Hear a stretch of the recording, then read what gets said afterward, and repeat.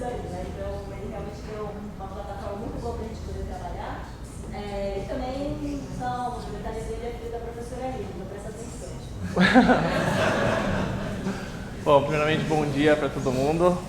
Como a Elaine falou, estava aí do lado de vocês aí, lá em 2015, 2016. Eu sou formado, sou fora da medicina. Minha mãe é médica, meu pai foi médico, meu irmão médico também psiquiatra.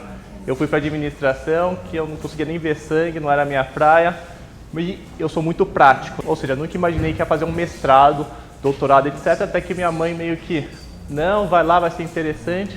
E me convidou para o mestrado profissional, que eu achei muito rico, que é, ao invés de ter muito estudo, muita leitura, depois fazer um trabalho acadêmico desse tamanho, era realizar um projeto mais prático, um produto final. Inclusive, não sei quem tem a patente aqui no mestrado profissional. Alguém tem, está fazendo alguma patente, algo do tipo? Eu recomendo que acesse o site Patente Canvas, que eu criei um e-book para ajudar as pessoas a criarem patentes realmente inovadoras, baseadas em valor, ou seja, peguei toda a parte que eu aprendi em inovação em design thinking e coloquei lá. Inclusive, quem não tem patente para criar, etc., eu acho que a introdução é muito importante para a gente pensar em serviços cada vez mais inovadores. Partindo disso, hoje eu vim aqui apresentar, hoje eu trabalho como assessor de investimentos na XP, ou seja, ajuda as pessoas a investirem melhor utilizando a plataforma. E hoje eu vou apresentar como que ela chegou a ser a maior corretora independente, o que tem por trás, qual que é o backstage, o que eles fazem para serem tão inovadores e hoje serem do tamanho que estão. E aí, antes de falar especificamente da XP, é só falar um pouco de como tem mudado as coisas, né? Lá no passado, essa é uma frase do Henry Ford que fala assim, ó, o cliente pode ter carro da cor que quiser, contanto que seja preto. O que é isso? É uma visão totalmente pautada no produto. A indústria fazia o produto, empurrava e o cliente tinha que comprar. Só que conforme o tempo foi passando, a concorrência foi aumentando, os consumidores foram ficando cada vez mais exigentes e hoje as pessoas querem coisas mais individualizadas, personalizadas e o cenário tem mudado bastante. Hoje as pessoas não compram mais produtos pensando nas funcionalidades, pensam muito mais nos valores, no propósito da marca. Essa é a Patagônia, não sei se todo mundo já ouviu falar nessa marca, que os produtos são caros, mas eles fizeram uma propaganda, por exemplo, essa daqui, que fala assim, não compre essa jaqueta, que elas têm um propósito do meio ambiente, de cuidar, de não ter desperdícios, ou seja, às vezes as pessoas não compram mais pela funcionalidade, mas sim pelos valores e propósito, ou seja, a gente tem mudado cada vez mais e as empresas que não conseguem aderir e captar isso acabam ficando para trás. O Steve Jobs já foi citado bastante aqui na apresentação anterior, e aqui fala um pouco da inovação, é o que diferencia o líder dos seguidores. Eu ainda vou além, eu acho que inovação não é mais algo opcional de querer ou não ter, que nem se você vai comprar um carro, quero com teto solar ou não tem. É uma obrigação, porque se você não for inovador, você meio que vai ser engolido. Tipo, os táxis sofreram bastante com Uber, a Netflix engoliu praticamente o Blockbuster, e hoje, por exemplo, a XP, que tem crescido bastante, o Itaú, que é o maior banco privado do país, que também tem investimento, comprou a XP.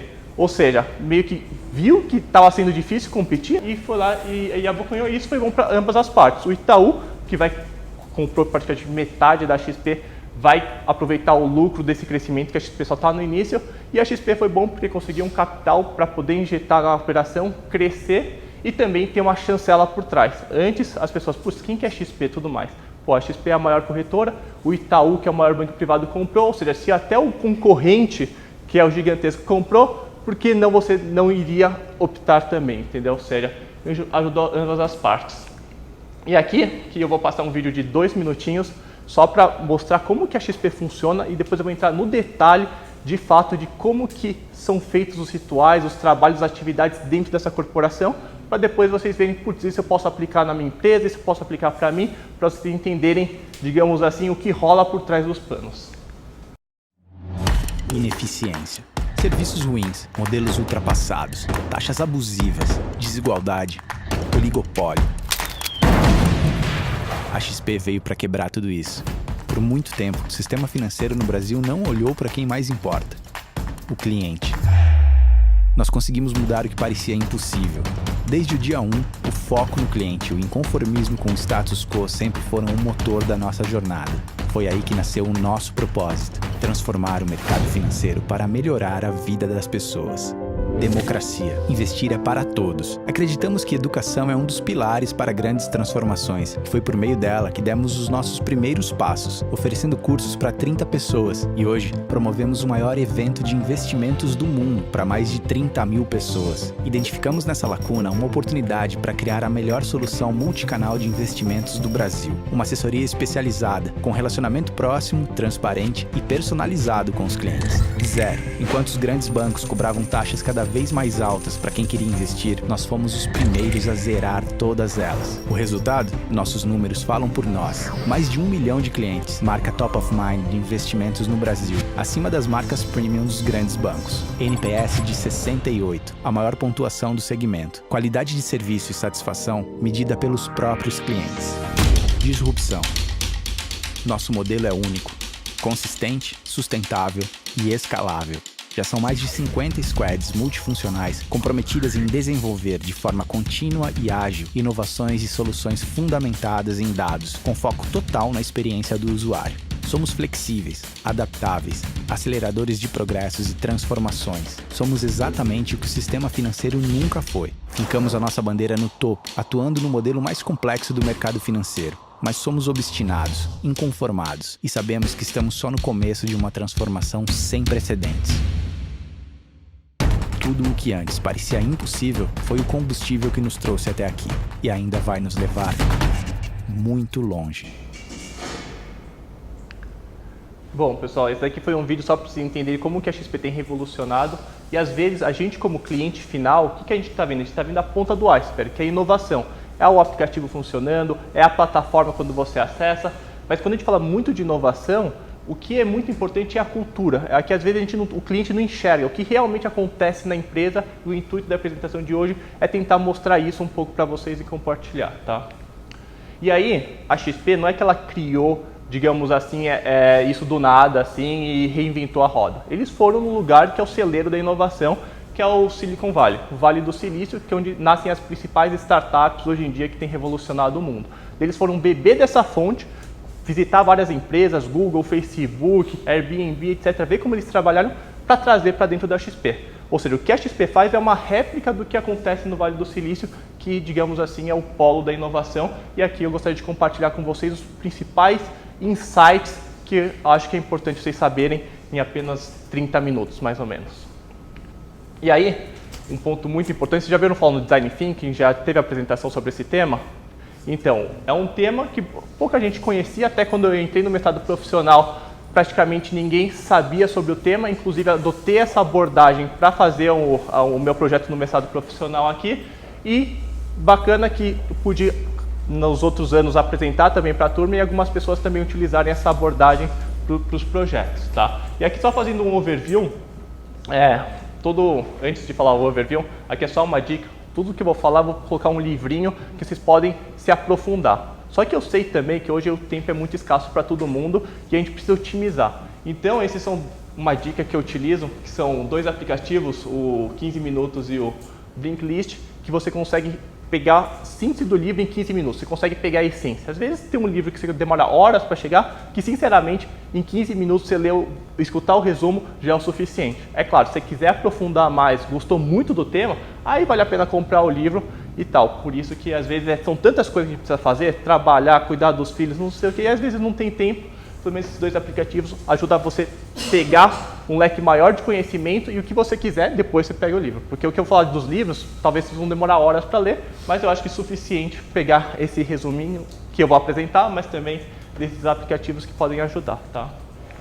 E aí, do Design Thinking, são só 3 pilares que eu gostaria de apresentar, que são os principais, que é a empatia, né, de você se colocar no lugar do usuário, de realmente ter o foco centrado nele. E aqui não é só da boca para fora, né? Que nem a gente fala, o banco X é totalmente digital, que a gente precisa da nossa experiência, mas daí quando eu vou precisar fazer algum procedimento, me mandei lá no caixa eletrônico para digitar a senha e tudo mais. Putz, é muito mais um discurso do que de fato é. Então aqui é simplesmente você se colocar no lugar do usuário e o que seria a melhor experiência e fazer isso para ele. Daí a gente fala muito da jornada do usuário, né? Como que ele passa desde como ele descobre o produto até como ele utiliza e até mesmo como ele indica. Pensar em todos esses pontos e como que a gente facilita a vida dele. O segundo ponto é colaboração. Quando a gente fala muito de inovação, de novas ideias, na verdade a gente fala de criar algo, só que criar parece uma palavra muito pesada, né? De falar assim, putz, vou criar, mas eu não sou criativo. Mas em geral, tudo que é inovação é uma combinação das coisas, ou seja, eu vejo muito mais uma combinatividade das coisas do que uma criatividade que a pessoa tem uma eureka. E aí, quando a gente envolve colaboração de pessoas diferentes com backgrounds, a gente tem um repertório maior e a possibilidade de conectar uma coisa com a outra e chegar numa inovação é maior. Por isso que ambientes mais abertos, que rola interação entre as pessoas de diferentes áreas, isso é muito rico, isso que acontece nas principais empresas inovadoras. E a experimentação é muito de colocar na rua o quanto antes o produto. Não precisa demorar 3 anos para você fazer o produto perfeito, todos os detalhes, para depois você coletar o feedback e ver, putz, não era isso que o cliente queria.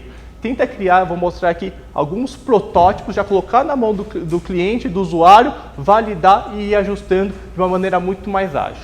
Ou seja, esses são os 3 pilares que eu acho que resume bem o que é o Design Thinking. Tem esse livro do Design Thinking do Tim Brown, que é o cara do Ideal, que faz diversos projetos para N empresas, como para a Apple, que eu acho que meio que conta várias histórias e casos que utilizam Design Thinking. Como que funciona geralmente o processo? São os 3 pilares e quais são as atividades? O primeiro é a empatia, de observar, ver quais são as dores dos clientes, aonde que eles têm maior dificuldade, quais são, digamos assim, os problemas a serem resolvidos, e daí você define, vê, peraí, qual que é o problema, a maior dor do cliente? Vamos resolver esse ponto e meio que deixar em segunda mão os demais. Definir o foco, aí pensar nas alternativas, nos brainstorm, na parte de colaboração, de um poder jogar uma ideia com a outra, depois combinar para chegar na solução. Parte de prototipar, de criar algum produto, digamos assim, bem rápido, de torno de alguns dias, algumas semanas, para já colocar na mão do usuário, para já validar isso, testar, e aí sim, deu certo, faz os ajustes e coloca na rua para o maior número de pessoas. Ou seja, em geral, é essa linha de processo que funciona o Design Thinking de uma maneira muito rápida e ágil. É assim que funciona lá no Vale do Silício. E aí, tem um conceito, acho que um dos mais conhecidos que tem, quando a gente fala de startups, de inovação, é o MVP, Minimum Viable Product. Que daí, qual que é a ideia? Ao invés de a gente querer criar um carro do zero, começando pela linha de cima lá, que faz uma roda, depois faz outra roda, depois faz carruagem, que às vezes vai demorar anos para você criar de fato o carro, por que não já cria um skate que já consegue? Depois do skate vai para o patinete, depois do patinete vai para a bicicleta, ou seja, você vai conseguindo fazer entregas em espaço menor de curto, entregar o valor, né, que ele quer o transporte, e depois sim você chegar no carro, ou seja, de um jeito muito mais, digamos, ágil do que ficar num grande projeto, que às vezes, não sei, de repente a pessoa nem quer o carro, às vezes ela quer a bicicleta. E daí você constrói todo o carro para falar, putz, não era isso que queria, gastou tempo, dinheiro e não foi, digamos assim, tão bem sucedido. E aí, o MVP é exatamente aquela lógica. Você constrói, mensura, testa e aprende. Tipo, errar no Vale do Silício é normal. Eu sei que aqui no Brasil a gente tem uma cultura de não querer errar, de não querer demonstrar, só que no Vale, o quanto mais você errar, que seja rápido e barato, isso é ótimo, entendeu? Lá eles valorizam o empreendedor que teve 10 empresas e errou 10 vezes diferente, é super valorizado muito mais do que aquele cara que nunca tentou, porque o cara que nunca tentou, nunca errou, nunca aprendeu. Já a pessoa que errou várias vezes, que sejam de erros diferentes, né? Não pode ser também o mesmo erro, porque aí mostra que ele não está fazendo ajuste, aí mostra realmente que ele tem um repertório e uma bagagem maior. E aqui um ponto muito importante de como que funcionam as empresas. Aqui é uma empresa bem antiga, que cada funcionário tinha a sua mesa, né? E daí separado por departamento, tinha o departamento de RH juntinho, depois o departamento de produto, ou seja, meio que por silos, né? E aqui eu vou mostrar um pouco de como que é por dentro da XP. Será que a XP é exatamente assim? Vou mostrar um pouco das diferenças que é através desse vídeo aqui. Aqui vocês vão poder ver que cada baiazinha assim é uma empresa. É um squad, como falou no outro vídeo, que são mini empresas dentro da XP. Cada um desses é um grupo como se fosse realmente uma startup diferente dentro do grupo. Uma falando do onboarding, que é a entrada do cliente, uma outra de renda fixa, são os produtos de renda fixa, como que fazem. Vê que as cadeiras são totalmente unidas à mesa, não tem mesa individual, tudo isso para enrolar a interação. Ou seja, a Bull, que é a plataforma de renda variável da XP, e assim por diante. Você vai vendo que são vários squads, como falou, são mais de 50 squads, ou seja, você vê que é totalmente diferente do que acontece nas empresas tradicionais, que é aquele departamento gigantesco que são por silos. Aí tem a empresa, as áreas no canto esquerdo, daí tem os funcionários, e os funcionários às vezes são envolvidos em vários projetos e acaba não tendo foco, etc., acaba se perdendo, e às vezes são projetos muito longos. A XP, como várias empresas grandes, estão procurando fazer cada vez mais esse modelo ágil, de fazer várias mini empresas dentro da corporação, e cada uma dessas mini empresas tem autonomia para poder criar serviços. E aí, por que eles fazem isso? Porque se você parar para pegar uma empresa grande, sei lá, o Itaú é um Titanic, legal, tem muito dinheiro, mas para você movimentar, tipo, é muito devagar, entendeu? Ou seja, vou precisar de um novo computador. No Itaú você tem que pedir autorização para o chefe, daí do chefe para o diretor, ou seja, demora alguns dias e ainda mais pode ser que não aconteça, ou seja, é um processo muito demorado, devagar, que não, digamos assim, ajuda a inovação. Já uma startup, se a gente dividir em pequenos, é como se fosse um jet ski. Você tem muito mais agilidade, muito mais controle para fazer o que bem entender. Tá? Ou seja, as empresas estão cada vez mais vendo que não tem como serem tão burocráticas, levando os processos realmente não tão eficientes, e que tentar quebrar o naviozão Titanic em vários jet skis para que isso ajude na inovação. E aí, vou mostrar um pouco de como que é o dia a dia, como que, legal, a equipe é dividida por squads, mini empresas, e como eles trabalham, como eles funcionam. E aí, cada squad aqui eu vou mostrar, tem um Product Owner, que é o dono do produto, é o cara que está no dia a dia com os clientes, coletando quais são as dores, para conseguir priorizar. Ah, isso daqui vai ser a primeira feature, a primeira funcionalidade que eu vou entregar, depois essa, ou seja, tem um contato direto com os clientes. O Scrum Master é uma pessoa que é responsável por fazer os rituais que vou mostrar daqui a seguir, para que tudo ocorra conforme a metodologia ágil, que é o Scrum, diz para fazer, que ajuda na produtividade e na eficiência das empresas. Tá? E isso é muito importante porque é difícil mudar, tipo, a maneira que a gente trabalha, o nosso mindset, e ter uma pessoa lá para estar fiscalizando e vendo, estamos fazendo errado aqui, ajustando, ajuda bastante. E aí tem o Scrum Team, que aí envolve o pessoal do designer, o pessoal do desenvolvedor, programador, que realmente, de fato, criam as soluções e para poder colocar na rua para os clientes finais. E aí, como que funciona, né? Esse é, digamos assim, a linha de raciocínio. O Product Backlog, que nada mais é as atividades que precisam ser feitas, que isso é priorizado pelo Product Owner, que ele está coletando e priorizando. E aí vem o Sprint Planning. O Sprint são pequenas semanas, né, geralmente de 1 a 4 semanas, que a ideia é ver o que a gente vai entregar nas próximas 2, 3 semanas. Priorizou isso, que é o Sprint Backlog, em modelos de histórias, ou seja, vão ter várias atividades. Eu quero criar um novo site e que nesse site tenha um ícone para colocar meu e-mail para receber uma newsletter. Ou seja, tem que ser bem específico. Porque eu falo assim, quero só criar um site, às vezes, para a pessoa que vai programar, está muito abstrato. Precisa ser um negócio que depois, quando terminar esse sprint de 2 a 4 semanas, fala assim, peraí, foi feito ou não foi feito? Daí precisa fazer o seguinte, para ser feito, precisa ter um site em tal domínio e que o cliente, quando colocar o e-mail e clicar OK, ele vai receber um outro e-mail de confirmação. Isso, digamos assim, é o que eu valido que uma história foi feita. Para depois ver se realmente foram feitas ou não. Porque se falar um negócio muito abstrato, cada um vai interpretar de uma maneira e vai acabar criando ruídos. E aí acontece o sprint, de geralmente 2 a 4 semanas, e daí todo dia, o que acontece? Todo dia junta a equipe para discutir o que já entregou, o que fez, quais são as principais dificuldades para um ajudar o outro. Geralmente essa reunião é super curta, 10, 15 minutos, cada um tem uns 2, 3 minutos para comentar, e geralmente é em pé, para não ter esse negócio de ficar prolongando. É realmente um negócio muito prático para entender isso, legal, estamos no caminho certo, etc. E se pintar alguma dificuldade que a pessoa emperrou, ver se os demais conseguem ajudar essa outra pessoa.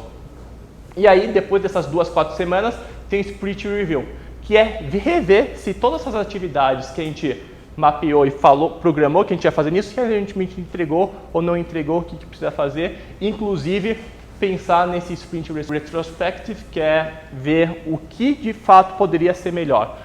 Talvez a gente não criou as histórias direito, falta colocar mais detalhes.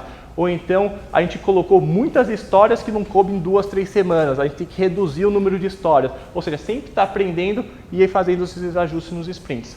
Ou seja, ao invés de ser às vezes, um planejamento de 3, 4, 5, 6 meses, em que demora muito tempo e você só vai ver que atrasou no 6º mês, aqui são sprints de 2, 3, 4 semanas no máximo, e a gente sempre está coletando isso e dando feedback e ajustando, tá? Ou seja, esse eu acho que, pelo menos na minha visão, é uma das maneiras mais eficientes de poder adotar essa metodologia ágil na corporação. Eu sei que é difícil, isso daqui tem que ser de cima para baixo, não adianta o funcionário chegar e falar assim, vamos adotar a metodologia ágil, se o chefe não concordar, isso não vai acontecer, porque tem que ser um acordo entre todos e precisa ter os squads. Não adianta ter uma empresa totalmente hierárquica querer fazer isso, porque não vai acontecer. Ou seja, o que eu quero passar mais aqui de mais importante é que a gente vê, o Google é inovação, etc. A gente põe algumas imagens de um ambiente descontraído, mesa, cozinha, mas isso, na verdade, ajuda.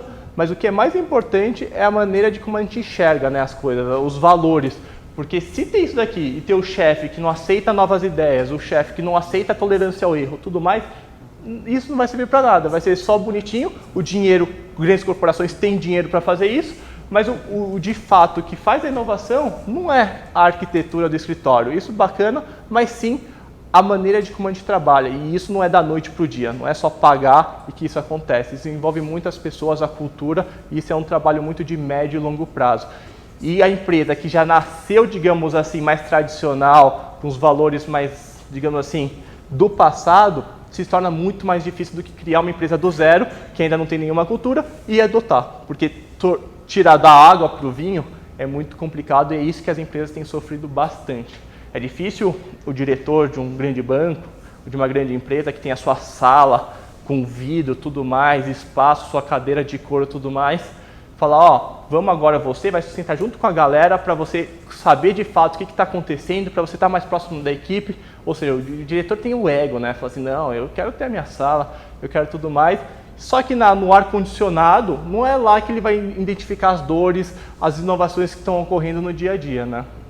Ou seja, se eu, finalizando aqui um pouco, para depois abrir para discussão e perguntas, eu falo que tem alguns mandamentos que é muito mais importante do que a parte estética do escritório e tudo mais. Que alguns, digamos assim, mandamentos lá da Ideal, do Tim Brown, que trabalhou na consultoria de inovação, que é aprender com erro. Eu acho que a gente precisa ter essa cultura de que errar faz parte do processo, do aprendizado, e que esse erro seja o mais rápido possível e o mais barato, ou seja, não errar de uma maneira que a gente gaste muito dinheiro e muito tempo. E isso é complicado, porque toda vez que a gente tenta fazer uma coisa diferente, eu falo assim, o cara já errou, não sei o que, a gente é meio crucificado com isso e a gente precisa meio que mudar um pouco da maneira que a gente enxerga isso. Take ownership, que é aquele olhar de dono. Quando a gente monta os squads, os funcionários desses squads estão sendo como se fossem empreendedores. Tipo, cada um tem uma grande responsabilidade, como se fosse o negócio deles, e eles conseguem implementar sem pedir autorização, para depois poder passar. Ou seja, esse olhar de dono é muito importante. Colaboração, como vocês viram, tem um espaço totalmente, digamos assim, colaborativo, uma mesa única, nem tem lugar fixo das pessoas, para as pessoas realmente interagirem entre elas. E também muito do falar menos e fazer mais, né? Às vezes a gente vê muito discurso de propagandas falando do propósito, botar família correndo no parque, etc., que a empresa está preocupada, só que chega na hora o produto não é exatamente assim, né? A gente vê que o discurso é diferente realmente da prática que eles adotam, e aqui no Vale eles são muito de, coloca na rua, vamos testar, vamos validar, vamos colocar em prática. E esses, digamos assim, são os 5 principais pontos que eu vejo que no Brasil ainda falta a gente ter e poder contribuir com os demais. Eu sei que é muito difícil, às vezes, o pessoal jovem que saiu da faculdade entrar numa corporação e tentar mudar, porque ele é simplesmente, digamos, um peixinho contra a correnteza, mas eu acho que cada vez mais os grandes diretores têm visitado o Vale do Silício, têm visto esses valores, e por mais que seja difícil, não é, como eu falei, não é uma opção de querer ou não, é questão de sobrevivência. Se vocês não adotarem, empresas não adotarem isso, vai acabar ficando para trás sendo engolidas. Então, aqui eu gostaria de também deixar um convite quem é cliente, quem não é cliente da XP. Quem quiser visitar a estrutura é de graça, fica do lado do Shopping JK, nos 2 prédios, em que você entra no site da XP, xpi.com.br, clica em sobre a XP e daí tem o Tour XP. O tour demora cerca de 1 hora, que visita lá os departamentos, como que funciona esses squads, ou seja, é uma maneira de vocês verem e terem às vezes um benchmark de falar, deixa eu ver como uma empresa inovadora tem implementado e se estruturado. E demora super rapidinho, só precisa agendar, como tem muita demanda, às vezes a gente vai ter agenda daqui 2, 3 semanas, mas é uma ótima maneira para ver como que essas empresas têm trabalhado. Gostaria de deixar os meus contatos aqui, meu site, minhas redes sociais, eu sempre procuro colocar conteúdo sobre investimentos, mas eu fico totalmente à disposição para falar sobre patentes, sobre inovação, design thinking, que é outro tema que também eu gosto bastante. Qualquer coisa, só me mandar mensagem, tá bom? Então agradeço aqui, eu sei o quanto que é difícil aí estar sábado de manhã aqui poderiam estar fazendo N outras coisas, mas putz, estão aqui no mestrado fazendo uma coisa que eu acho que é super pertinente, super legal, pelo menos para mim foi sacrificante todos os sábados, mas depois na entrega final acho que foi recompensador. Então desejo sorte para todo mundo aí nos projetos e qualquer coisa que vocês precisarem, estou à disposição aqui, podem me acionar. Tá bom?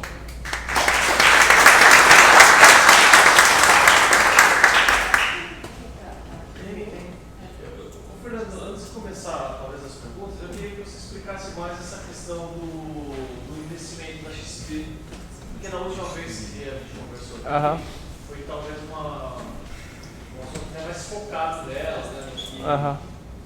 Porque como que na área de saúde, porque isso de alguma forma se atraiu você, porque tem alguma inovação, você é alguém nisso, né? O que é de novo?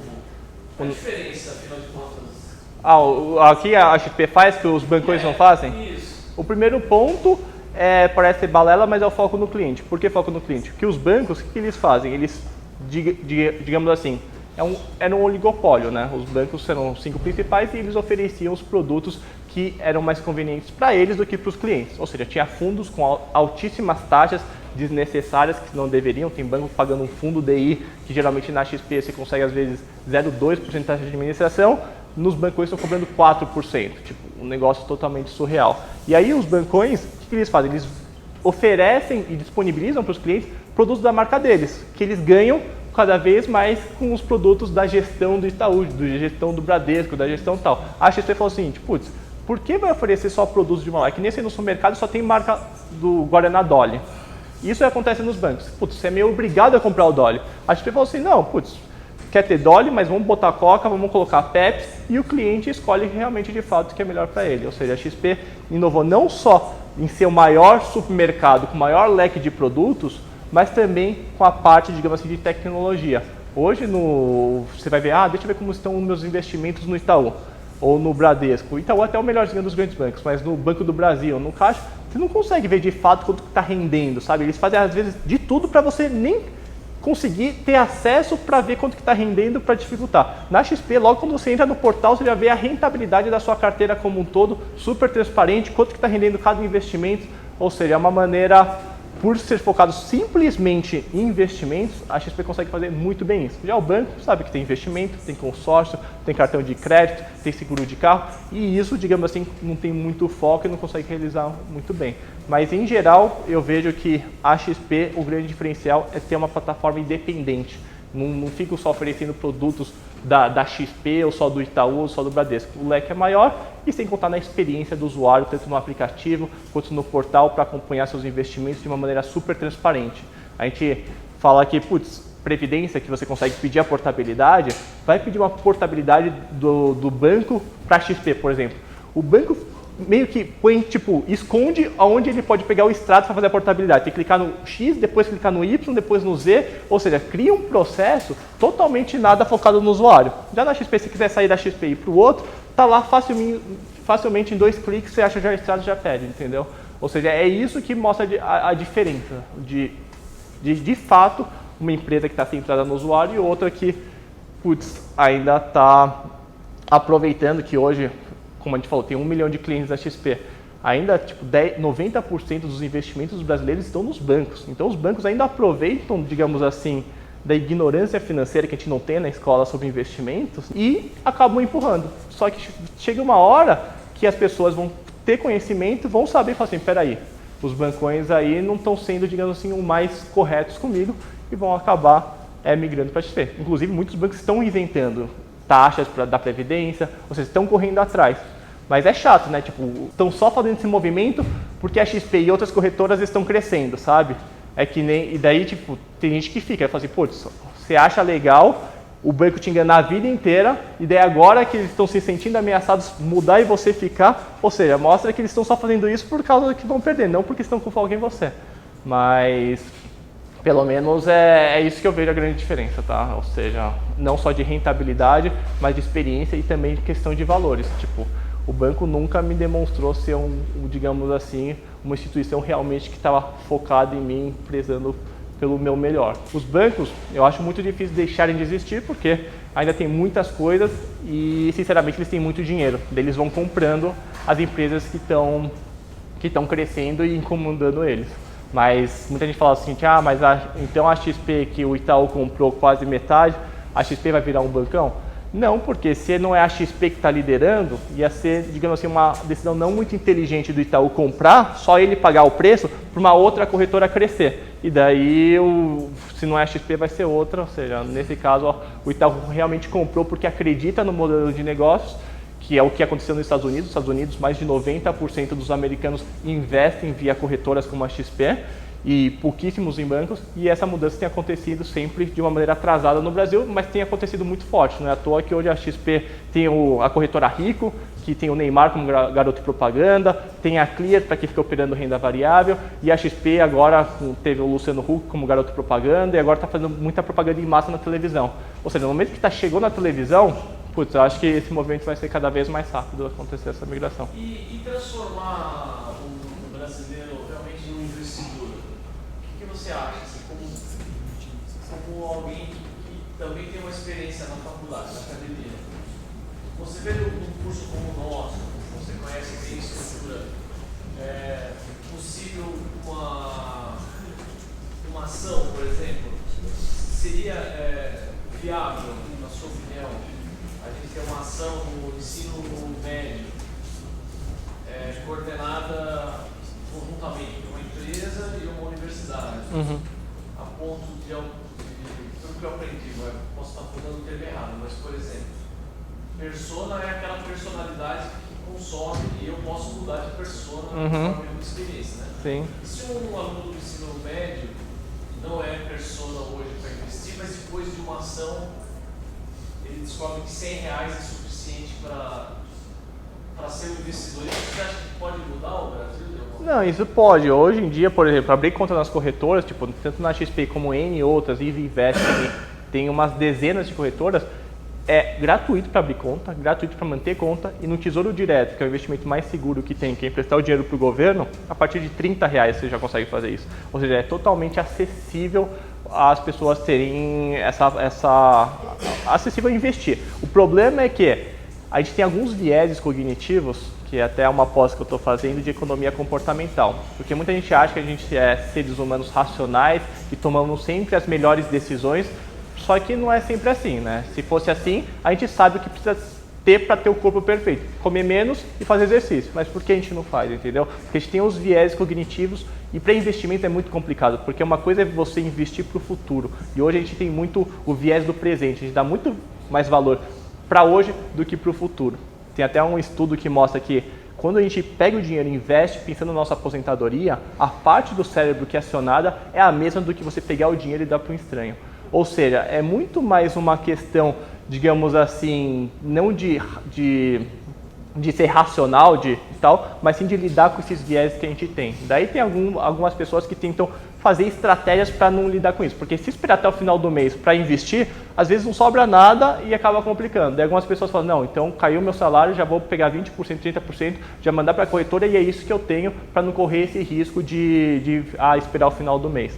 E esses viés cognitivos é cada vez mais forte. Inclusive, o Prêmio Nobel de Economia 2017 foi o Richard Taylor, que foi um cara que fala muito disso, de não tomamos decisões racionais e sim muito influenciados por esses vieses. O Daniel Kahneman, do livro Rápido e Devagar, que fala do Sistema 1, Sistema 2, que é outro mito, que foi um psicólogo que ganhou o Prêmio Nobel de Economia. Ou seja, cada vez mais eu vejo que um bom investidor não é aquele que sabe exatamente o que é um CDB, o que é uma ação, aspectos técnicos, mas sim aqueles que sabem como que o nosso cérebro funciona, como que a nossa mente, que não somos 100% racionais, somos muito mais um Homer Simpson do que um Albert Einstein, e ele saber lidar com isso, entendeu? E por isso que esse tema ainda é pouco conhecido, apesar de já ter ganho vários prêmios Nobel de Economia, mas hoje só tem uma pós-presencial que eu estou fazendo na FIA sobre esse tema e uma na SPM, que é virtual, mas eu acho que vai crescer bastante esse ponto, sabe? Que eu acho que educação financeira não é apenas suficiente, sabe? Porque eu vejo muita gente que sabe sobre investimento,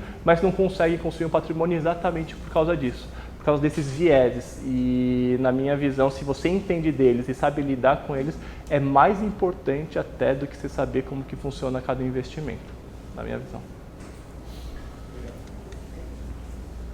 Obrigada, então, né? Muito obrigada por ter vindo hoje. É sempre uma Eu agradeço. Oi? Né? Não, perfeito, né? Obrigado. Obrigadão, viu? Nossa, valeu mesmo.